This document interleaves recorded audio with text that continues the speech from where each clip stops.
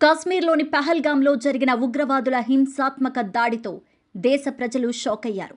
అమాయక పర్యాటకులపై విచక్షణ రాహిత్యంగా జరిపిన కాల్పుల్లో 27 మంది అక్కడికక్కడే మరణించిన విషయం తెలిసిందే.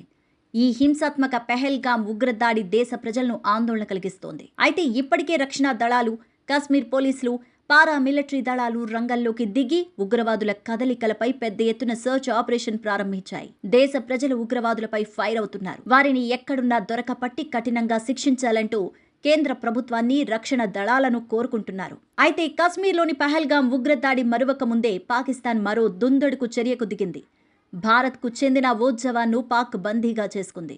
182వ బీఎస్ఎఫ్ బెటాలియన్కు చెందిన కానిస్టేబుల్ పీకే సింగ్ పాకిస్తాన్ సైన్యం చేతిలో బందీ అయినట్టు భద్రతా బలగాల అధికారులు వెల్లడించారు.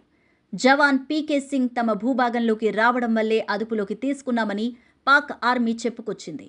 అయితే పాక్ వ్యాఖ్యలను బీఎస్ఎఫ్ అధికారులు మాత్రం తీవ్రంగా ఖండిస్తున్నారు.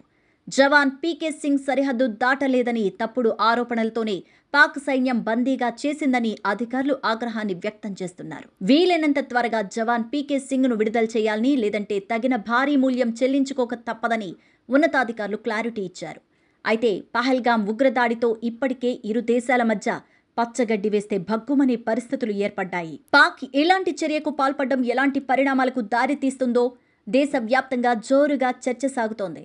పహల్గాం ఉగ్రదాడి నేపథ్యంలో భారత్, పాక్ మధ్య తీవ్ర ఉద్రిక్త పరిస్థితులు తలెత్తాయి. ఏ క్షణమైనా యుద్ధం ముంచుకు రావచ్చునేమో అనే అనుమానాలు కూడా వ్యక్తమవుతున్నాయి.